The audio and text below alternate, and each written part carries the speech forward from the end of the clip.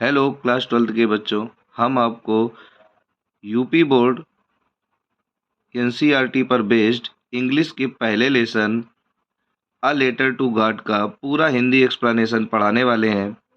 आप हमारे साथ अंत तक बने रहें और हम आपको एक एक मीनिंग बताते हुए पूरे लेसन को एक तरफ से पढ़ाएंगे। तो चलो बच्चों, शुरू करते हैं टेक्स्ट। तो आपका पहला पैसेज यहाँ से शुरू होता है। The house, the only one in the entire valley. The house यानी घर, द वन केवल एक ही था, इन द इंटायर वैली संपूर्ण घाटी में। तो कहता है वो घर केवल एक ही था संपूर्ण घाटी में। अब ये घर कौन सा था? तो ये घर था लेंचो नामक एक किसान का, और वो एक घाटी में अकेले रहा करता था। और एक बार जब फसल पक ही गई थी तो उसे वर्षा की थोड़ी उम्मीद थी। तो जब बादल आते हैं तो उसे खुशी होती है, लेकिन बादलों से पानी नहीं बल्कि ओले बरस जाते हैं और उससे उसकी पूरी फसल बेकार हो जाती है, जिसकी वजह से वो बहुत परेशान हो जाता है। और फिर वो भगवान को एक पत्र लिखता है। और जब पत्र लिखता है तो पोस्ट ऑफिस के जो कर्मचारी हैं वो उसे पढ़ते हैं और पढ़ने के बाद उसका जवाब देने की कोशिश करते हैं। कुछ इसी तरह से ये पूरी कहानी है और हम इसे पूरा एक तरफ से एक एक मीनिंग बताते हुए पढ़ाएंगे। आप हमारे साथ अंत तक जरूर बने रहें। तो the house the only one in the entire valley, वो घर केवल एक, in the entire valley, entire मतलब संपूर्ण, वैली मतलब घाटी, यानी संपूर्ण घाटी में वो घर केवल एक ही था। Set on the crest of a low hill, set मतलब स्थित था, ऑन द क्रेस्ट यानी चोटी पर, ऑफ अ लो हिल एक निचली पहाड़ी के, एक निचली पहाड़ी के चोटी पर वो घर स्थित था। फ्रॉम दिस हाइट, उसकी ऊंचाई से, वन कुड सी कोई भी देख सकता था, द रिवर यानी नदी को, and the field of ripe corn यानी पकी हुई फसल को, डॉटेड विथ फ्लावर्स जिसमें फूल लगे हुए थे, that always promised a good harvest जो एक अच्छी फसल का सदैव वादा करते थे। द ओनली थिंग केवल एक चीज, द अर्थ नीडेड पृथ्वी को जरूरत थी, आवश्यकता थी, वाज अ डाउनपोर एक मूसलाधार बारिश की, आर एट लीस्ट अ सावर या एक छोटी मोटी बौछार की। तो कहता है कि उसे आवश्यकता थी मूसलाधार बारिश की, कम से कम एक सावर यानी एक बौछार की तो आवश्यकता थी। थ्रू आउट द मॉर्निंग, पूरी सुबह, Lencho Lencho who knew his field intimately, intimately का मतलब होता है घनिष्ठता से, करीब से, जो अपनी फसल को बड़ी करीब से जानता था, हैड डन नथिंग उसने कुछ भी नहीं किया, इज बट सी के अलावा, बट सी वो केवल देखता रहा, द स्काई आकाश को, टुवार्ड्स द नॉर्थ ईस्ट यानी उत्तर पूर्व की तरफ आकाश को वो देखता रहा। नाउ और अब, we were really going to get some water women, और फिर वो कहता है कि we are really going to get some water women कि हम लोग अब वास्तव में पानी पाने वाले हैं, यानी हमें कुछ पानी मिलने वाला है। The woman who was preparing supper, और वो महिला जो खाना तैयार कर रही थी, रात का भोजन बना रही थी, रिप्लाइड उसने उत्तर दिया, यस हाँ, गॉड विलिंग अगर भगवान ने चाहा तो। अब चलते हैं दूसरे पैसेज की तरफ। और दूसरा पैसेज हमारा यहाँ से शुरू होता है। The older boys were working in the field, older मतलब जो बड़े वाले लड़के थे वो फील्ड यानी खेत पर काम कर रहे थे। While the smaller ones were playing near, और जो छोटे वाले थे वो वहीं पास में खेल रहे थे। द हाउस वो घर, until the women called to them all जब तक उस महिला ने उन सभी को नहीं बुलाया, कम फॉर डिनर रात्रि के भोजन के लिए। It was during the meal, यह मील यानी भोजन का समय था। Just as Lencho had predicted, जैसा कि थोड़ी देर पहले लेंचो ने प्रिडिक्टेड यानी भविष्यवाणी की थी। Big drops of rain began to fall, बड़ी बड़ी बूंदें बारिश की, बिगैन टू फॉल गिरना आरंभ हो गई। In the north east, huge mountain of clouds could be seen approaching. In the north east यानी उत्तर पूर्व में, ह्यूज माउंटेन्स यानी बड़े बड़े पर्वताकार बादल यानी बादलों के पर्वत पहाड़ कुड बी सीन अप्रोचिंग, वो आते हुए दिखाई पड़े। अप्रोचिंग का मतलब होता है आते हुए। द एयर वाज फ्रेश, जो हवा थी वो ताजी थी, एंड स्वीट, और मीठी थी। The man went out for no other reason than to have the pleasure of feeling the rain on his body. कहता द मैन, जो आदमी था यानी वो Lencho, went out for no other reason, वो किसी दूसरे कारण से बाहर नहीं गया, than to have the pleasure of feeling the rain on his body, बल्कि वो अपनी बॉडी में यानी अपने शरीर में उस बारिश की जो बूंदें थी उनका आनंद अनुभूति करने के लिए, उनका उनके प्लेजर यानी कि उसकी खुशी को महसूस करने के लिए बाहर गया। तो मतलब वो चाहता था कि बारिश हो, और बारिश हो रही थी, तो वो चाहता था कि उनकी उसकी बूंदों को वो अपने शरीर पर ले और उसका आनंद उठाए। एंड व्हेन ही रिटर्न, और जब वो वापस आया, ही एक्सक्लेम, तो वो आश्चर्यचकित हो गया और बड़े आश्चर्य के साथ उसने एक्सक्लेम किया यानी विस्मय से बोला। क्या बोला? These aren't raindrops falling from the sky. These aren't, ये रेन ड्रॉप्स नहीं है यानी कि बारिश की बूंदें नहीं है, फॉलिंग फ्रॉम द स्काई, जो आकाश से गिर रही हैं। दे आर न्यू कॉइन्स, ये नए सिक्के हैं। The big drops are 10 cent, और जो बड़ी बड़ी बूंदें हैं वो 10 सेंट पीसेस यानी 10 सेंट के पीसेस हैं, यानी 10 के सिक्के हैं। द लिटिल वंस आर 5, और जो छोटी वाली बूंदें हैं वो 5 के सिक्के हैं। चलो बच्चों आगे क्या कहता है अगले पैसेज में। विद अ सेटिस्फाइड एक्सप्रेशन, यानी बड़े संतुष्टि के भाव से, he regarded to the field of ripe corn with its flower draped in a curtain of rain. उसने सोचा, रिगार्डेड यानी सोचा, कि जो फील्ड है ऑफ राइप कॉर्न यानी उस फसल की, पकी हुई फसल की, विथ इट्स फ्लावर यानी अपने फूलों के साथ, ड्रैप्ड वो ढक गई है, इन अ कर्टेन ऑफ रेन यानी बारिश की चादर से, आवरण से। बट सडनली, लेकिन अचानक, a strong wind began to blow, एक तेज बारिश स्ट्रॉन्ग वाइंड यानी एक तेज हवा यानी कि तूफान जैसा, बिगैन टू ब्लो बहना आरंभ हो गया यानी हवा तेजी से चलने लगी। एंड अलोंग विथ, और इसके साथ, the rain very large hello stone, और बारिश वेरी लार्ज हेल स्टोन, बड़े बड़े हेल स्टोन्स यानी उसके साथ बड़े बड़े ओले गिरने लगे। हेल स्टोन्स का मतलब क्या होता है? ओले। बिगैन टू फॉल, गिरना आरंभ हो गए। These truly did resemble new silver coins, जो वास्तव में बिल्कुल न्यू सिल्वर कॉइन यानी नए चांदी के सिक्कों से मिलते जुलते थे। रिजेंबल का मतलब होता है मिलता जुलता, के जैसा होना या सदृश होना। द बॉयज, वो लड़के, exposing themselves to the rain, और उन लड़कों ने अपने आप को एक्सपोज कर दिया यानी खुला छोड़ दिया, टू द रेन यानी बारिश में, ran out to collect the frozen pearls, और वो लोग दौड़ दौड़ कर, भाग भाग कर फ्रोजन पियर्स यानी उन जमे हुए मोतियों को, अर्थात ओलों को इकट्ठा करने लगे। अब चलते हैं बच्चों अगले पैसेज में। आई होप ये पैसेज भी आपको अच्छे से समझ आया होगा। It's really getting bad now, exclaimed the man. अब उस आदमी ने एक्सक्लेम किया यानी कि बड़े विस्मय से बोला, it is really getting bad now, कि अब ये वास्तव में बहुत बुरा हो रहा है। I hope it passes quickly, मुझे आशा है कि ये जल्द ही गुजर जाएगा। It did not pass quickly, लेकिन ये जल्द गुजरा नहीं। फॉर एन आवर, 1 घंटे तक, the hell rained on the house, उसके घर पर ओले गिरते रहे। द गार्डन, बगीचे पर गिरते गिरते रहे। द हिल साइड, पूरी पहाड़ी पर गिरते रहे।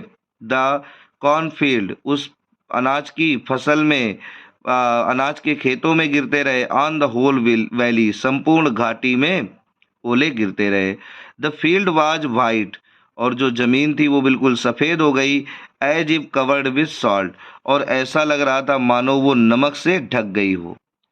ऐसा वो इसलिए कह रहा है कि नमक से ढक गई हो, क्योंकि बच्चों जो ओले होते हैं वो सफ़ेद होते हैं, और जो वो इतने हो गए थे कि कुछ भी नहीं दिख रहा था, ओले ओले ही दिख रहे थे, तो वो बिल्कुल सफ़ेद सफ़ेद जैसा हो गया था चारों तरफ। ये देखो लेंचो बेचारा खड़ा है। Not a leaf remained on the trees, एक भी पत्ती पेड़ों में नहीं बची थी। The corn was totally destroyed, जो फसल थी वो पूरी तरह से नष्ट हो चुकी थी। The flower were gone from the plants, और जो फूल थे, फ्लावर थे, गॉन फ्रॉम द प्लांट्स, वो पौधों से जा चुके थे। Lencho's soul was filled with sadness, और लेंचो की आत्मा सैडनेस यानी उदासी से भर गई। When the storm had passed, और जब वो तूफान गुजरा, he stood in the middle of the field, तो वह बोले तो Lencho stood in the middle of the field, वो खेत के बीचों बीच खड़ा हो गया। एंड सेड, और कहा, टू हिज सन्स, अपने बच्चों से, a plague of locusts would have left more than this, कि जो प्लेग ऑफ लोकट्स, लोकट्स का मतलब होता है टिड्डी, तो कहता है टिड्डियों का जो समूह होता है ना, would have left more than this, वो भी इससे अधिक छोड़ देता है। तो तुमने सुना होगा कई बार पाकिस्तान से टिड्डियां आ जाती हैं हिंदुस्तान में, पंजाब वगैरह में, राजस्थान में अटैक कर देती हैं, फसलों को खा जाती हैं। तो कहता है टिड्डियों का समूह भी इससे ज़्यादा छोड़ देता है, बचा देता है। The hell has left nothing, ओलो ने तो कुछ भी नहीं छोड़ा। दिस ईयर, और इस वर्ष, we will have no corn, हम लोगों के पास कोई भी फसल नहीं होगी। दैट नाइट, और उस रात्रि, वाज अ सारोफुल वन, वह रात्रि एक बहुत दुखद रात्रि थी। All our work for nothing, हमारा सारा मेहनत, सारा काम बेकार हो गया। There is no one who can help us, और देयर इज नो वन, कोई भी नहीं है, हु कैन हेल्प अस, जो हमारी मदद कर सके। We shall all go hungry this year, इस वर्ष हमें भूखा रहना होगा।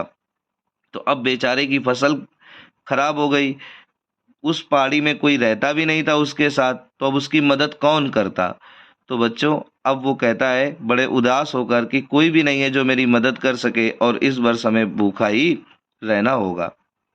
तो बच्चों, हम कम से कम समय में आपका लेसन कवर करने की कोशिश कर रहे हैं। आशा है कि आप लोग हमारे साथ जुड़े रहेंगे और कम से कम समय में हम आपको पूरी समरी बता पाएंगे। चलते हैं बच्चों, बिना टाइम वेस्ट किए अगले पैसेज में।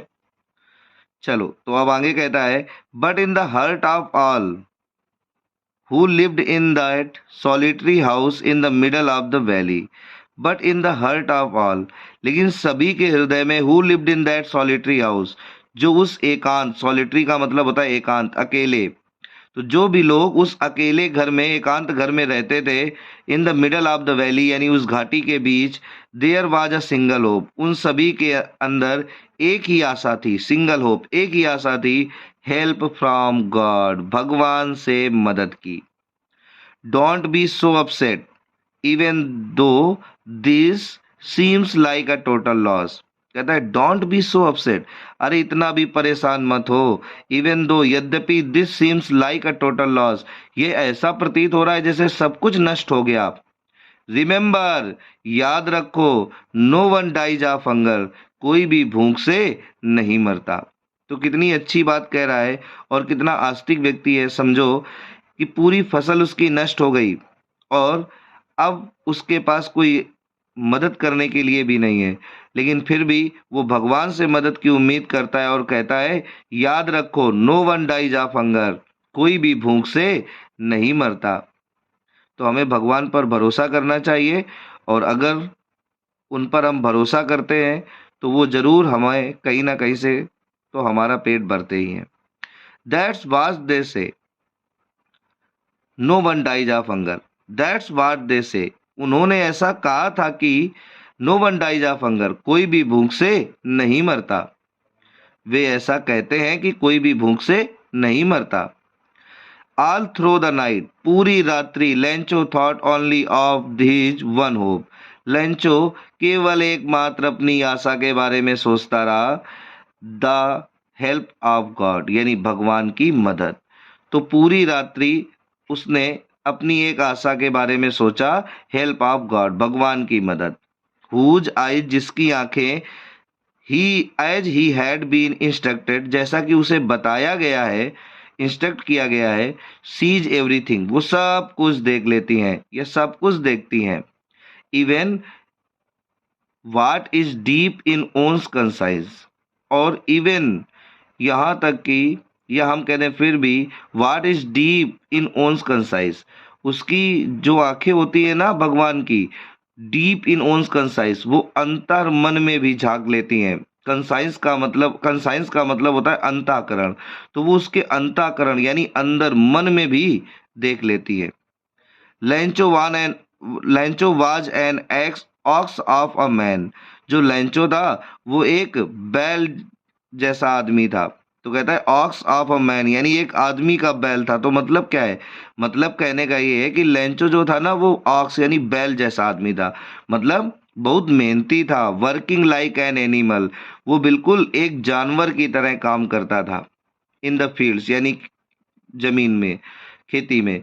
बट स्टिल ही न्यू, लेकिन फिर भी ही न्यू, वह जानता था हाउ टू राइट, कि लिखा कैसे जाता है। तो यद्यपि वह बहुत मेहनत करने वाला व्यक्ति था, ठीक है, लेकिन उसे लिखना पता था। द फॉलोइंग संडे, संडे अगले रविवार, एट डे ब्रेक यानी बिल्कुल सुबह जल्दी, he began to write a letter, उसने एक पत्र लिखना आरंभ किया, which he himself would carry to town and place in the mail, जिसे वो स्वयं ही टाउन यानी कस्बे तक ले गया, and place it the mail, और इसे मेल में डाल दिया यानी डाक में डाल दिया। चलो बच्चों अगले पैसेज में चलते हैं। It was nothing less than a letter to God, यह एक भगवान के लिए पत्र के अलावा कुछ भी नहीं था। गॉड ही रोट, वह लिखता है गॉड ही रोट, उसने लिखा, if you don't help me, यदि तुम मेरी मदद नहीं करते, my family and I will go hungry this year, तो मैं और मेरी फैमिली यानी मेरा पूरा परिवार will go hungry this year, वो इस वर्ष भूखा रहेंगे। आई नीड 100 पीसोस, मुझे 100 पीसोस की यानी 100 पीसोस की आवश्यकता है। In order to sow my fields, sow का मतलब होता है बच्चों बोना, यानी अपनी फील्ड को बोने के लिए, अगेन यानी दोबारा, and to live until the crop comes, और नई फसल के आने तक हमें और फील्ड को बोने के लिए दोबारा 100 पीसोस की आवश्यकता है। बिकॉज द हेल स्टॉर्म, क्योंकि जो ओले हैं, और फिर वो डट डट कर देता है, मतलब उसका कहने का ये है कि जो ओले हैं उन्होंने हमारी फसल को बर्बाद कर दिया है।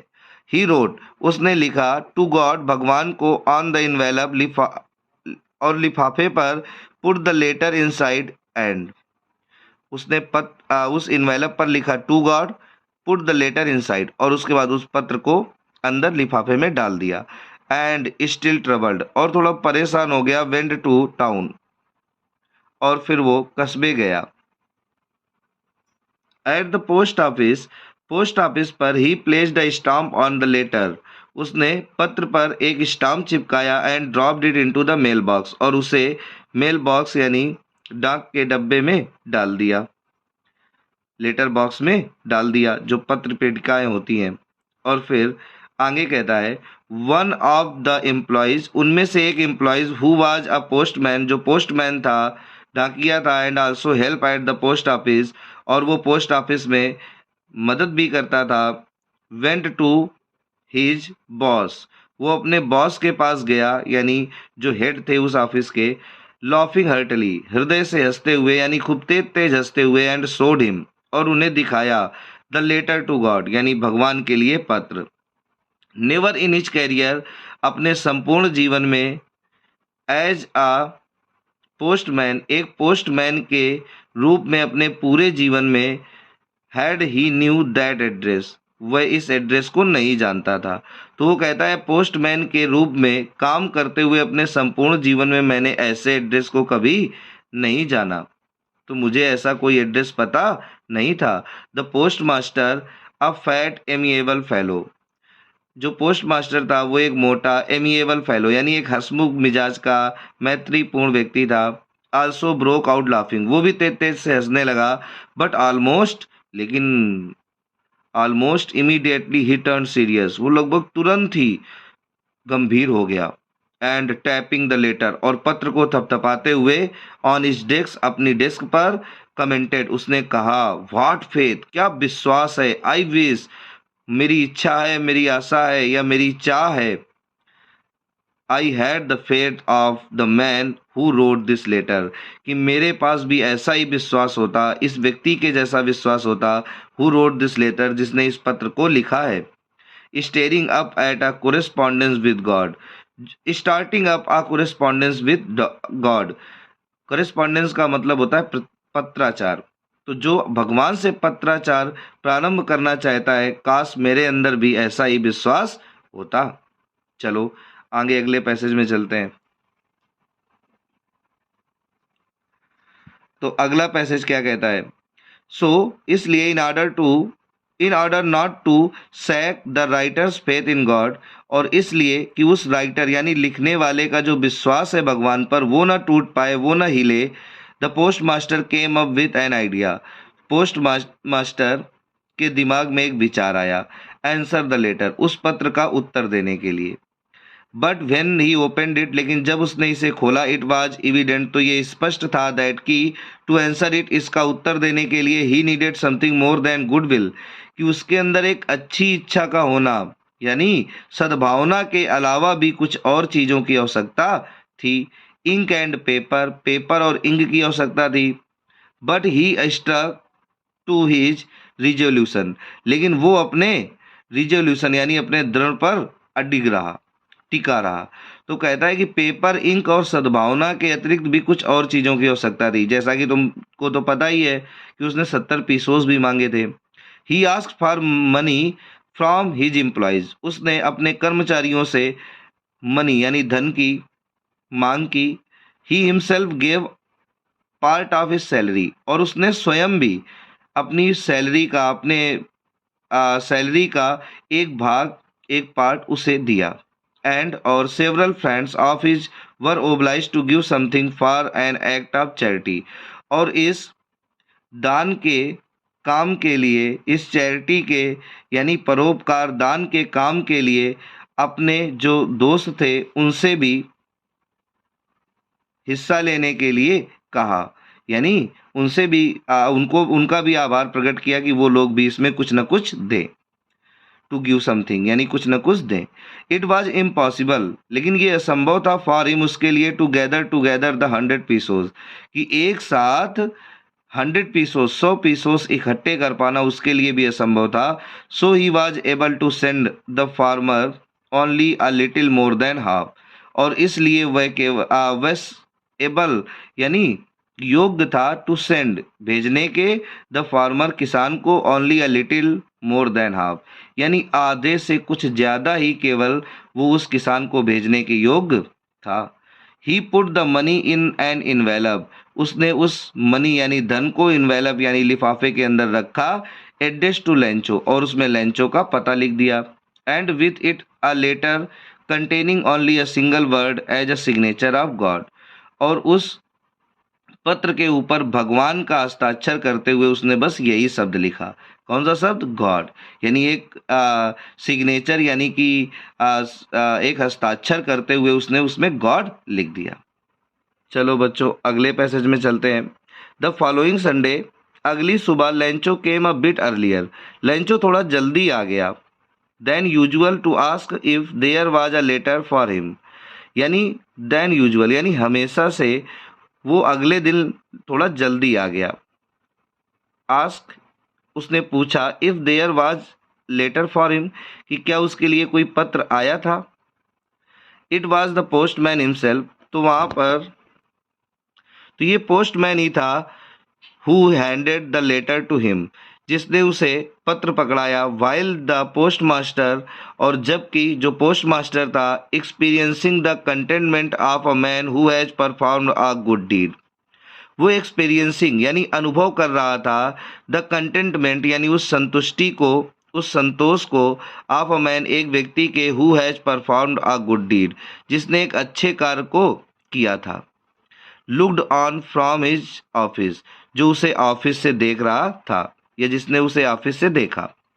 Lencho showed not the slightest surprise, Lencho ने जरा सा भी आश्चर्य प्रकट नहीं किया। ऑन सीइंग द मनी, धन को देखकर। सच वाज हिज कॉन्फिडेंस, ये उसका विश्वास था या उसका बड़ा ही विश्वास था। बट ही बिकेम एंग्री, लेकिन वह नाराज हो गया।